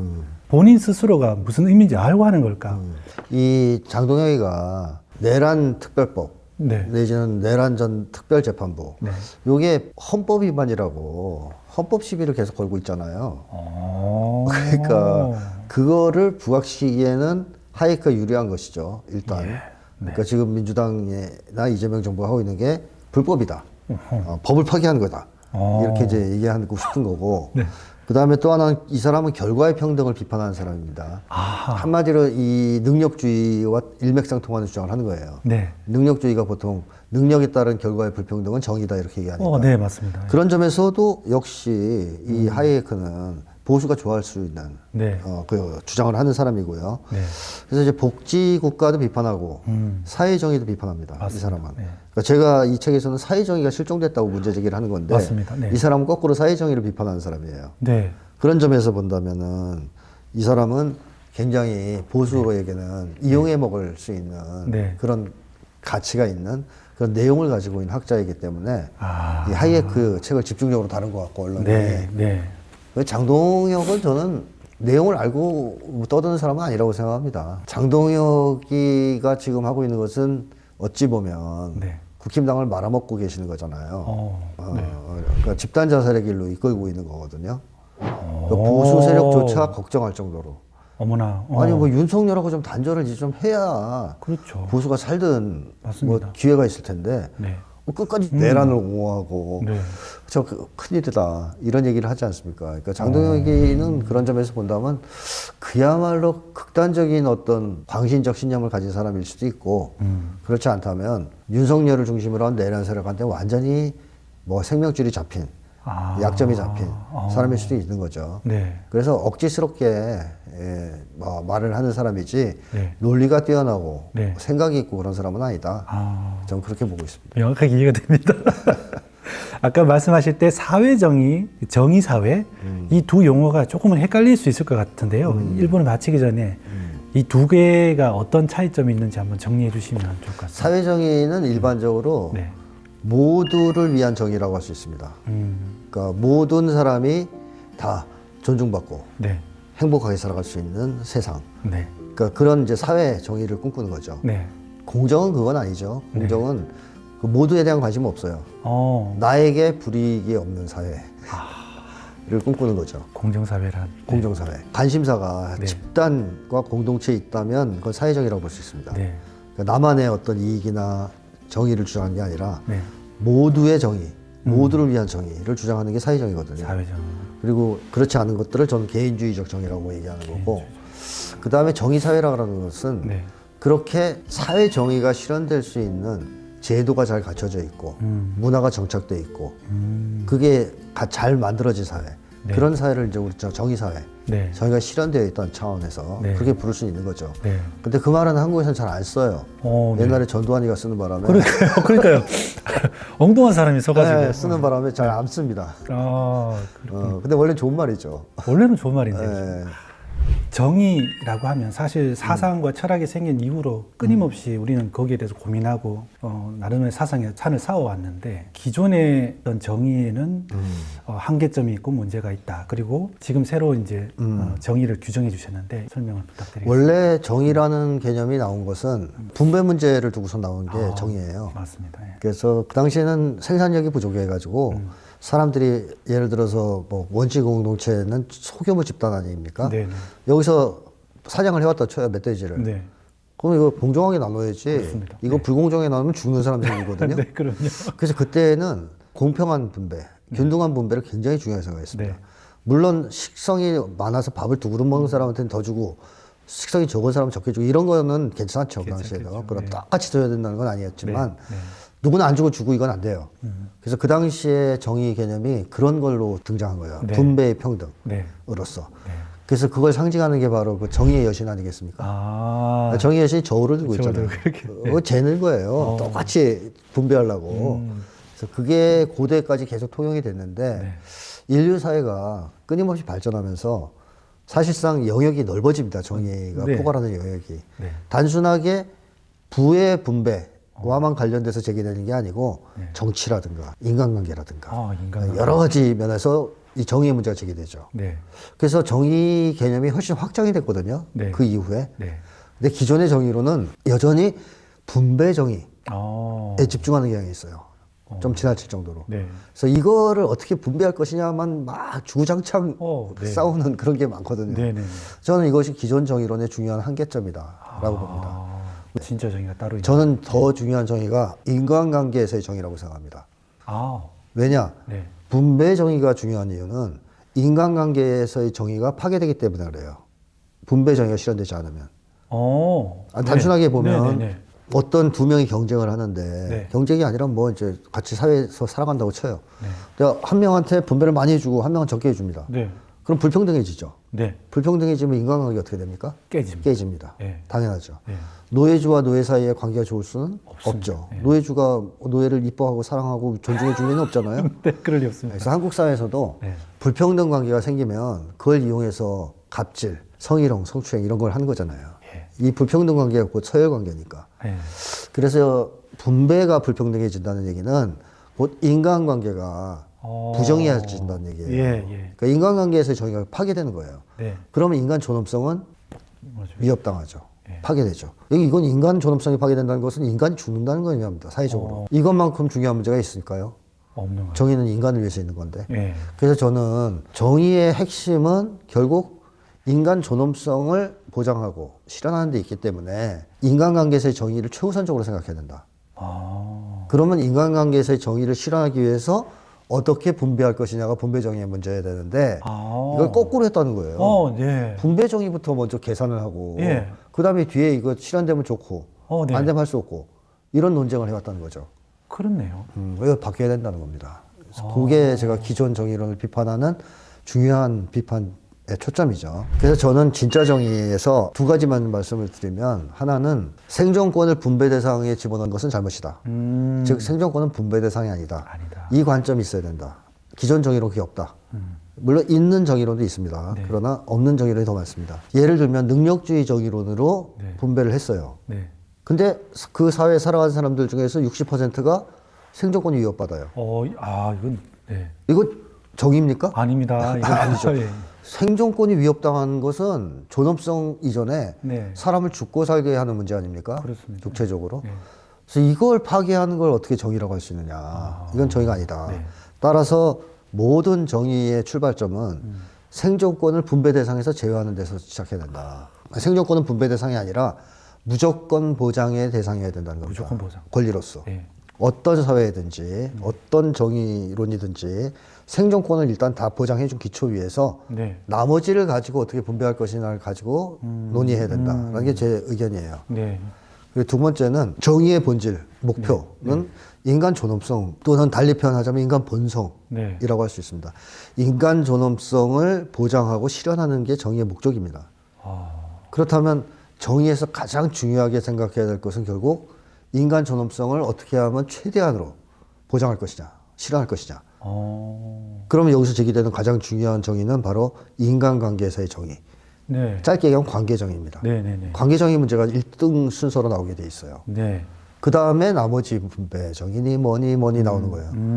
이런 식의 정의론이 진짜 정의론이다 라고 말씀을 드리고 싶고요. 한국처럼 돈으로 사람을 평가하고 서열이 매겨지는 사회에서 인간 존엄성이 침해당하지 않는다. 그건 말이 안 되는 거죠. 침해당하죠. 네네네. 눈빛만으로도 침해당하는 게 인간 존엄성이에요. 내려다보면서 깔보듯이. 그렇잖아요. 네. 어떤 모임에 갔는데 누가 들어왔는데 다 이렇게 쳐다봐요. 못 들어오게 하듯이. 그것 자체가 인간 존엄성 침해 아닙니까? 맞습니다. 불평등이고. 네. 근데 그게 한국 사회에 만연돼 있다는 거예요. 네. 이 서열 문화가. 이게 어디에서 비롯됐느냐? 관계 정의가 부재한 데서. 즉 서열적, 개인적 서열 관계 또는 불평등 관계. 이게 초래한 겁니다. 네. 그런데 이런 경우에는 인간 존엄성 침해를 피할 수 없기 때문에 네. 반드시 정의는 인간 존엄성을 중심에 두고 네. 제기되고 설계돼야 된다라는 거죠.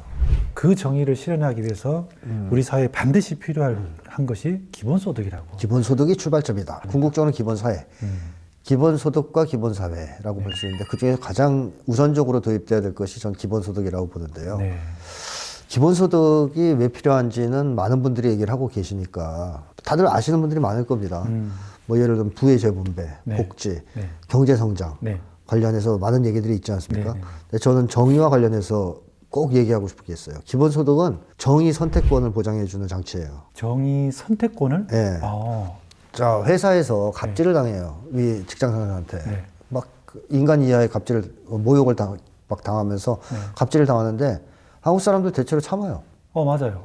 저항을 못 합니다. 네. 왜 저항을 못 하겠습니까? 너 이거 잘리면은 널 어떻게 먹고 살지? 그렇죠. 네. 바로 그겁니다. 잘리면 먹고 살 길이 없어요. 네. 옛날 같으면 잘리면 공동체가 있으니까 거의 비빔되거든요. 네. 예를 들면 응답하라 2988 같은 마을이 있어요. 그러면 잘리면 그 마을 가서 비비면 돼요. 아, 네. 이웃집 가서 밥도 먹고. 그러니까 이제 옛날에는 그렇게 공동체라도 버티게 해주는 뒷배경이 됐었어요. 근데 네. 지금은 혼자잖아요. 고립적 생존 불안이라고 해서 얘기하는 건데 제가 잘리면 혼자니까 어디 비빌 데가 없어요. 죽는 거예요 그냥. 가족이 있으면 가족도 다 죽는 거예요. 그거 감당이 됩니까? 안 됩니다. 안 되죠. 고립적 생존 불안을 이겨낼 사람은 없습니다. 네. 그래서 이 사람은 어떻게 해요 결국? 비굴하지만. 비굴하지만 머리 조아리고 네. 갑질당해도 참는 거죠. 네. 즉 부정의를 묵인하는 거죠. 아, 그렇지 않습니까? 예. 맞서 싸우는 게 정의 아닙니까? 그렇죠. 근데 묵인하는 거죠. 왜? 죽을까 봐. 기본소득이 있다면 어떻게 될까요? 에이씨. 안 하고 말지. 그거죠. 싸우죠. 예. 나 잘라도 안 죽어나. 예. 자, 그러면 이 사람은 정의를 선택할 수 있어요. 네. 예를 들어 동료가 당하는 걸 봤어요. 그리고 신고하죠. 네. 잘러. 신고했다고. 야, 그렇게 하면 안 되지. 라고. 안 되지. 너 갑질하지 마. 맞아요. 그러면 뭐야 너도 자를 거야? 잘러. 네. 안 죽어. 네. 이렇게 정의를 선택할 수 있게 해주는 지지대, 버팀목이 되는 게 바로 기본소득입니다. 기본소득이 없으면 갑질당해도 참는 수밖에 없고요. 성희롱 성추행당해도 참는 수밖에 없어요. 외면하기도 하고요. 외면하기도 하고 남의 고통을 외면하기도 해요. 예. 부정의가 있어도 신고 못 해요. 예. 잘릴까 봐. 회사 내 부정, 부패. 그럼 눈 감아야 돼요. 아, 네. 부정의에 타협해야 되고 심지어는 악의 손을 잡기도 해요. 안 그러면 죽으니까. 네. 근데 기본소득이 있으면 사람들은 거의 다 저는 양심과 정의를 선택할 거라고 생각합니다. 그렇네요. 당연하지 않습니까? 맞아요. 미쳤다고 내가 그런 수모까지 겪으면서 맞아요. 그죠? 갑질까지 당해가면서 네. 그러겠습니까? 기본소득으로 살고 차라리 조금 와. 부족해도 나의 인간적 자존감이 존엄성과 존엄성이. 자존감을 지키는 그러니까 인간 존엄성을 지켜주는 버팀목이기도 한 거죠. 정의를 선택할 수 있는 정의 선택권을 주는 장치이자 인간 존엄성을 지켜주는 최후보루가 기본소득이에요. 이거 진짜 자유 아닙니까? 그게? 그렇죠. 이게 인간관계에서의 자유 아니에요. 예. 인간관계에서의 자유를 보장하는 장치가 기본소득이라는 겁니다. 와. 그러니까 이거는 정의의 가장 중요한 인간관계에서의 자유, 즉 인간 존엄성을 보장하고 실현하는데 즉각적인 기여를 하는 안전장치이기 때문에 네. 무조건적으로 도입돼야 정의가 실현되는 겁니다. 그렇네요. 이거 없이 어떻게 정의가 있어요? 예. 말로 뭐 정의 떠들어봐야 맞습니다. 회사에서 잘리면 죽는데 예. 어떻게 정의를 선택하고 어떻게 정의를 실현합니까? 어. 자, 이렇게 된다면 한국 사회는 큰 변화가 초래되겠죠. 예. 갑질할 수 있을까요? 직장상사? 없습니다. 못해요. 네. 직장상사가 잘려요. 갑질했어? 네. 너 나가. 왜 다 나가니까 직원들이 네. 갑질하면 네. 투서 보내고 어. 직장 내에 갑질 문화가 사라져요. 네. 못하게 됩니다. 네. 그리고 최대한 직원들에 대한 존중하는 문화가 생기겠죠. 성희롱 성추행도 못하게 되죠. 네. 여성들도 상당한 정도로 도움을 받겠죠. 맞습니다. 가정폭력도 사라질 가능성이 예. 높아요. 좋을 것 같아요. 실제로 제가 훨씬 책에다 더- 인용했지만 네. 케냐에서 기본소득 지급했을 때 가정폭력이 사라졌어요. 와. 여자들이 맞고 집에 안 있어요 이제. 예. 기본소득이 있으니까. 아. 때렸어? 그럼 나간다. 신고하고. 아, 여성들이 그 상황에서 참는 것도 생존 문제 때문에. 그런 녀석이 얼마나 많은데요. 두드려 맞고 이러면서도 나가면 당장 먹고 살 길이 막연하고. 그래서 이런 점에서 결국 인간관계에서의 정의, 인간 존엄성을 침해하는 현상들은 극도로 억제될 수 있다라는 그렇네요. 겁니다. 네. 그러니까 얼마나 사회적인 차원에서 정의 실현에 큰 기여를 합니까? 네. 그래서 저는 정의라는 차원에서만 놓고 봐도 기본소득은 필수적이다. 네, 반드시 해야 된다라고 생각합니다. 이거 없이는 우리의 존엄성, 인간으로서의 존엄성, 그다음에 정의를 선택할 수 있는 권리는 그야말로 저는 공연불이다 이렇게 생각합니다. 그다음에 또 하나 이유가 네, 있죠. 네. 기본소득이 주어지면 사람들이 삶의 방식을 바꿀 가능성이 높아요. 삶의 방식이요. 예. 그러니까 지금까지는 각자도생, 네. 그다음에 서열 경쟁, 네, 네, 그래서 신분 상승, 서열 상승 이게 인생 목표였잖아요. 자, 근데 기본소득이 주어져서 안정감이 생긴다, 죽지 않는다는. 그랬을 때 많은 사람들이 그런 생각을 할 것 같아요. 이렇게 서로 싸우고 살 필요가 있을까? 각자 도생을 안 해도 먹고 살 길이 있네. 네. 그 먹고 살 길은 서로 마음을 합쳐서 사회 제도를 바꾼 거예요. 네. 기본소득을 실시하는 식으로. 네. 그러자 살 길이 열렸어요. 네. 그럼 이게 한국인들 사이에서 인식의 전환을 불러올 겁니다. 네. 다른 길이 있구나. 서로 단결하고 협력하면서 살아가는 길이 있구나. 서로 사랑하고 위해주면서 살아가는 삶도 가능하구나. 그러면 저는 싸우지 않겠다고 결정하는 사람들이 압도적으로 많을 거라고 생각합니다. 인간은 본성적으로 갈등을 싫어합니다. 갈등을 좋아하는 인간은 없어요. 네. 그래서 악당들조차 가까운 사람들과는 갈등을 겪지 않으려 해요. 네. 네. 이제 한국 사회가 심각할 정도로 인간관계가 악화되고 공동체가 와해되는 조건에서 기본소득이 실시된다면 저는 상당한 정도로 사람들이 삶의 태도를 바꾸면서 인간관계에서 우호적으로 변하고 사실 나를 기본소득을 줘서 살려주는 사람들은 사실상 이웃인 거 아니에요. 그럼요. 국가와. 네. 국가와 이웃이 나를 살려주고 있는 거 아니에요. 네. 나도 그렇고. 네. 이런 관계 서로 돕는 관계가 되잖아요. 경쟁 관계가 아니라. 이런 관계가 되면 공동체 복원됩니다. 그러니까 우리가 어차피 한 생을 살다가 죽을 건데 평생을 남들과 싸우다가 죽는 삶, 그걸 좋아할 사람이 누가 있겠습니까? 그렇습니다. 서로 사랑하고 위해주고 아껴주고 이러면서 살아가기를 바라는 게 인간 본성 아니겠습니까?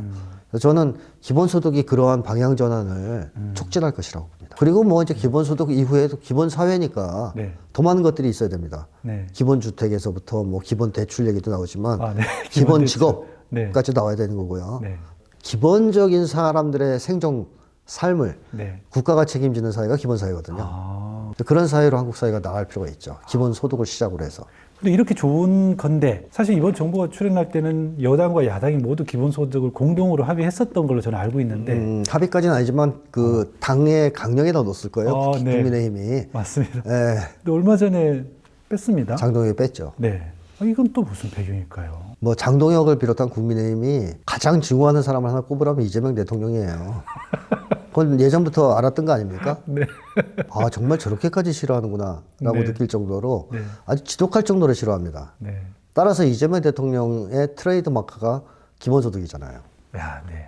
그거를 넣을 수는 없는 거죠. 빼야죠. 와, 이건 국민을 위한 정책이 아니라 네. 정말 그냥 정쟁을 위한 정책. 그렇죠. 그 어차피 기본소득을 주장한 것도 그 국민의힘이 네. 거기에 대한 무슨 아이디어가 있거나 국민을 위한 마음이 있어서 넣겠습니까? 시대적으로 막 추세가 그러고 표를 얻기 흐름이 그러니까 기본소득이 한때 대세니까 네. 분위기가 네. 그러니까 집어넣었던 겁니다. 근데 이제는 뭐 필요 없는 거죠. 어차피 집권도 못할 때인데 빼야지. 그러면 지금 이제 이재명 정부가 펼쳐나가는 여러 가지 정책들 중에 네. 또 기본소득을 위해서 단계적으로 해나가는 것도 분명히 있을 것인데 소장님께서 보시기에 또 이런 것들은 어떤 부분에서 좋다, 또 좀 부족하다, 더 필요하다 이런 평가를 하신다면 아직까지는 발동을 못 걸었습니다. 그래서 지금 기본소득은 조직이 좀 만들어진 단계. 그다음에 또 하나는 기본소득을 시범 실시하는 지역들이 있죠. 시범 실시. 일부 뭐 농민소득이라 해서 기본소득을 부분적으로나마 실험하는 데도 있고 네. 또 경기도 특정 지역은 기본소득 시범단지가 있답니다. 시범지역. 네. 그런 데도 있고 그런 지역으로 지금 이재명 대통령이 준비를 좀 하고 있는 것 같습니다. 반대 입장에서는 차등으로 해야 되지 않겠냐. 뭐 돈 있는 사람들 굳이 왜 그렇게 주냐라고 하는 걸로 또 터집을 잡거나 임기가 다 될 때까지 끌고 가는 상황도 생길 수 있을 것 같기도 하고. 그런 반대는 옛날부터 나왔잖아요. 네, 맞아요. 말도 안 되는 반대죠. 그래서 부자들은 걱정 안 하셔도 돼요. 기본소득 받고 세금을 많이 내시면 돼요. 그렇죠. 그렇죠. 이게 기본소득이 실시되려면 기본적으로 부자 증세는 필연적입니다. 그렇습니다. 당연하죠. 맞아요. 거기 이제 토지 보유세라든가 맞아요. 이런 것들을 실시해야 됩니다. 장기적으로는 AI 시대이기 때문에 네. 이재명 대통령이 계속 그 얘기 하지 않습니까? 네. AI로 인해서 생기는 그 이익 네. 또는 부는 사회 전체에 균등하게 분배돼야 된다. 그러니까 독점하면 안 된다. 그러니까 이게 중요한 말인 것이 네. AI 시대는 무서운 속도로 과학기술을 지금 혁신하고 있어요. 그렇습니다. AI가 앞으로 만들어낼 거대한 이윤 창출 부분은 골고루 분배돼야 된다. 이게 이재명 대통령 생각인 거라고 생각됩니다. 유엔에서 그런 얘기를 했으니까. 네. 그렇다면은 예를 들면 이런 걸 기획해 볼 수 있겠죠. 예전에 이재명 대통령이 했다가 이제 욕을 먹은 얘기인데 국힘당으로부터 네. 엔비디아 같은 회사를 만들어서 네. 50% 정부 투자를 하고 네. 50%가 정부로 들어올 거 아니에요, 이윤이. 그걸로 기본소득을 지급하자. 그런 회사를 계속 만들자 이거예요. 네. 그러면 AI가 발전하는 만큼 기본소득 지원이 늘어나는 거죠. 자, 이것도 미래에는 당연히 해야 되는 겁니다. 네. 그래서 뭐 요즘에는 로봇세라든가 네. 뭐 이런 얘기까지 나오는 거예요. AI세라든가 네. 그런 발상이 나오는 것이 결국 하나입니다. 같이 잘 먹고 잘 살자는 거죠. 통속적으로 얘기하면. 특정한 사람들만 잘 먹고 잘 사는 세상이 아니라 모두가 잘 먹고 잘 사는 세상을 만들자. 그리고 그렇게 돼야 되는 이유는 그럴 때 관계의 정의, 인간관계에서의 정의가 실현되고 인간 존엄성이 지켜질 수 있고 보장될 수 있고 실현될 수 있기 때문에 즉 정의가 실현될 수 있기 때문에 그러니까 분배가 적게 받아서 화난다가 아니에요. 네. 기본적으로 인간의 존엄성? 인간 존엄성이 침해당하기 때문에 그럴 경우 관계 정의가 파괴돼서 네. 그래서 이런 점에서 앞으로의 사회는 정의로운 사회야 하고 정의로운 사회는 당연히 기본적으로 생존은 국가가 책임지고 보장해주는 사회가 돼야 되는 겁니다. 수장님 말씀에 정말 공감이 되는 게 최근에는 AI가 개발이 되면서 발전하면서 제일 먼저 회사에서 잘리는 사람들이 개발자라고 그러잖아요. 맞습니다. 이제는 엘리트나 엘리트 아닌 사람들의 차별이 없는 그렇죠. 늘 위험한 상황이 됐으니까요. 맞습니다. 누가 실업자가 될지 모르는 세상인 거죠. 생산직이든 사무직이든 네. 자기의 미래와 운명은 알 수 없어요. 그렇습니다. 자본주의 사회에서의 급변하는 상황을 고려해 본다면 네. 한때 제일 잘 나가는 직업으로 칭송받던 직업 지금은 별 볼 일 없는 거 많습니다. 아예 사라진 것도 많죠. 아, 예. 앞으로 지금 있는 직업이 무조건 유망할 거라는 걸 누가 보장해요? 의사도 뭐. 의사도 잘 안 되는 세상인데. 맞아요. 그러니까 사람들이 이거 내가 올인해서 능력 키워서 뭐 열심히 하면 나는 괜찮을 거야? 그거 배팅 실패할 가능성이 높은 거야 앞으로. 그렇기 때문에 네. 직업은 앞으로 네. 생계 수단이 돼서는 안 됩니다. 그건 옛날 얘기고요. 직업은 자아실현이나 사회적으로 의미 있는 활동을 하는 수단으로서 기능해야지 네. 뭐 생존은 국가가 보장하고 네. 그런 사회가 돼야지 직업으로 밥을 먹고 사는 세상 네. 이거는 이제 지나가야죠. 오. 특히 지금과 같이 기술 발전 속도가 빠른 네. 생산력 발전 속도가 빠른 시절에는 더 이상 먹히지 않는 얘기입니다. 맞네요, 소장님. 저는 혹시나 비판하는 사람들이 그렇게 기본소득 없고 안정적으로 됐을 때 사람들은 창의적인 뭐 활동을 안 하지 않을 거 아니냐, 게을러질 거 아니냐 이런 비판도 분명히 있을 거라고 보는데 말씀을 듣고 보니 오히려 그때서야 그렇죠. 본인이- 창의성이 나와요. 예, 진짜 내가 하고 싶었던 것. 맞습니다. 네. 돈 걱정 안 하고 일을 하겠죠. 네. 돈 걱정 하고 안 하고 일을 할 때에 더 좋은 결과물이 나오겠습니까? 아니면 돈 걱정하면서 일할 때 더 좋은 결과물이 나오겠습니까? 진짜 내가 하고 싶은 일을 몰입해서 할 것 같습니다. 그렇습니다. 그랬을 때 걸작이 나오는 거고 네. 혁신적인 아이디어가 나오는 거예요. 네. 그러니까 굶어 죽을까 봐 무서워서 일하는 거는요. 어, 그거는 효율성이 없어요. 그렇네요. 앞으로의 AI 경쟁 시대에서 그런 경제가 과연 따라잡을 수 있을 것 같습니까? 선진 경제를 못 따라잡습니다. 그러니까 진짜로 자기가 좋아해서 일을 하는 사람들이 이기는 세상이 될 거예요, 앞으로. 네. 근데 그렇게 되려면 생존 불안은 없애줘야죠. 한국 사람들은 지금 다 자기가 원하지 않는 직업들을 하고 있는 거 아니에요. 네. 의사들의 직업 만족도가 20%도 안 되는 거 아닙니까? 20%요? 그렇죠. 지금 더 떨어졌을지도 몰라요. 이제 돈도 잘 못 벌고는. 그러니까 엄마가 의대 가라 그래서 간 거지. 또 사회적으로 유망하니까 간 거지. 네. 적성에 맞아 좋아서 간 사람 별로 없다는 얘기예요. 와, 그러면 그 사람들이 행복하겠습니까? 아니요. 불행하죠. 그러니까 돈 하는 거죠. 네. 그 불행을 돈으로라도 보상받으려고. 아니면 엉뚱한 걸로. 막. 예, 엉뚱한 짓 하고. 네. 그러니까 돈으로 보상을 해주는 사회에서는 네. 한국 사람들은 직업 선택을 할 때 자기가 좋아하는 직업을 선택하지 않습니다. 돈 많이 돈 되는 직업을 선택하지. 그러면 그게 인생에서 고통의 가장 큰 원인일 것이고 그 고통을 보상받기 위해서 돈에 더 집착하게 되고 서열에 집착하게 되고 정신이 병드는 겁니다. 그래서 기본소득을 통해서 풀어주자는 거예요. 네. 자기가 정말로 하고 싶은 일, 네. 재능과 적성에 맞는 일 네. 찾아서 하고 네. 거기서 최대한 창의성을 발휘하고 그러니까 앞으로 한국도 방향을 전환하지 않는다. 뭐 기본사회 쪽으로. 네. 제가 볼 때는 망합니다. 한계가 명확합니다. 좀 연관된 질문이긴 한데요. 네. 예민한 질문이기도 합니다. 저는 이렇게 우리 그 대한민국이 어떤 새로운 시도를 하려고 하는 거는 이재명 대통령이라고 하는 그분의 캐릭터 때문에 그런 큰 변화를 시도하고 있지 않을까라는 생각이 좀 들거든요. 포스트 이재명, 그러니까 예를 들어서 이재명 대통령 이후도 이런 변화를 계속 지속해 나갈 수 있을까라는 의문이 조금 들거든요. 그 이재명 대통령이 그런 얘기를 했단 말이죠. 당대표 시절에. 네. 그 책에도 제가 인용을 했지만 산업화 30년, 민주화 30년, 네. 기본사회 30년. 네. 이라는 구호를 얘기를 했죠. 네. 그러니까 과거에 한국이 진짜 경제 키우느라고 30년을 피를 흘렸고 네. 그 과정에서 독재 정치니 뭐니 사회적 부작용이 엄청났기 때문에 민주화 운동에서 사회 민주화 시키는데 30년 썼다. 맞아요. 이제 앞으로의 30년은 이 두 가지 과정에서 해결 못한 불평등 문제라든가 관계 악화라든가 네. 공동체 파괴 문제 이걸 해결하기 위해서 기본사회로 가야 된다. 맞아요. 그래서 미래 30년을 얘기한 거예요. 그러니까 발전 전략인 거죠. 네. 방향. 그런 점에서는 이재명 정부 이후에도 지속돼야 되는 것이 기본사회라고 생각하는데 저는 이재명 대통령이 일단 길을 닦는다면 임기 내에 네. 기본사회로 나가는 것은 당연히 필연이 될 거라고 예상합니다. 실현이 될 것이다. 왜냐하면 국민들이 일단 좋아할 테니까. 그 체감되겠죠. 네. 그렇게 나가는 것이 네. 사람답게 사는 네. 길이구나. 네. 또 우리나라가 발전하는 길이구나. 이걸 체감할 것이고 네. 그렇게 나가지 않을 때는 결국 무너지기 때문에 저는 어느 정도는 사회적 합의가 이루어질 거라고 예상합니다. 방법이 없지 않나요? 어떤 방법이 있을까요? 예를 들어 이 부의 불평등, 네. 양극화 네. 이거 자본가들이 착해져서 양보할 가능성 있어요? 절대 없어요. 미국 보세요. 네. 양보 안 하지 않습니까? 그럼요. 네. 그래서 나라가 거의 절단나게 생겼잖아요. 네. 우리나라도 비슷합니다. 그래서 한때 자본주의가 조금 숨통을 틔웠던 것은 그야말로 부의 재분배를 했을 때밖에 없었어요. 그러면 오늘날의 부의 재분배는 뭐겠습니까? 그게 바로 기본소득 아닙니까? 네. 기본사회고. 네. 그걸로 안 나가면 체제가 무너지는데요. 그렇기 때문에 우리 인류는 저는 네. 이제 자본주의의 마지막 단계인 신자유주의 문제점을 생생하게 목격하고 있다. 우리 특히 심리학자인 저로서는 네. 신자유주의가 인간을 얼마나 심각할 정도로 파괴하는지, 그러니까 인간관계와 공동체를 와해시키면서 네. 인간 정신을 얼마나 끔찍할 정도로 파괴하는지를 아주 잘 알고 있기 때문에 네. 이 체제는 지속될 수 없다고 생각합니다. 맞습니다. 다 우리가 미치거나 맛이 가든가 인간성을 삭제하든가 이렇게 될 수도 있다는 거예요. 예, 예. 그리고 인류는 멸망하는 거죠. 그렇습니다. 그렇기 예. 때문에 네. 결국에는 전환을 해야 된다. 바꿔야 그 전환의 기본 방향은 기본사회다. 그렇게 생각합니다. 이 책은 진짜 2030 우리 젊은이들이 많이 봤으면 좋겠습니다. 남자든 여자든.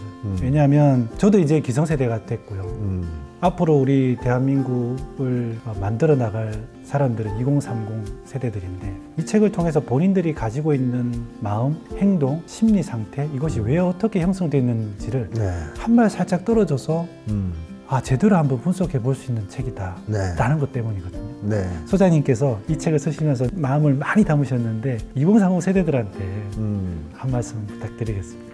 저희 아들들이 2030 세대입니다. 저희 자식들이. 그래서 네. 뭐 제가 그 자식들한테 하는 말을 그대로 한다면 네. 취업이 안 되는 것은 네 잘못이 아니다. 이것은 사회 문제다. 네. 그러니까 혼자서 아득바득 해결하려고 하지 말고 해결도 안 될 것이다. 결국 힘을 합쳐서 청년들이 힘을 합치고 또 어른들과 힘을 합쳐서 기본 세상, 기본 사회, 대동 세상으로 나아갈 때 너희들도 행복해질 수 있다. 뭐 이렇게 조언을 하고 싶습니다. 뭐 지금은 먼 나라 얘기처럼 들릴지 몰라도 네. 결국 길은 그것뿐이다라는 것을 많은 청년들이 알게 된다면 세상은 바뀔 거라고 예상합니다.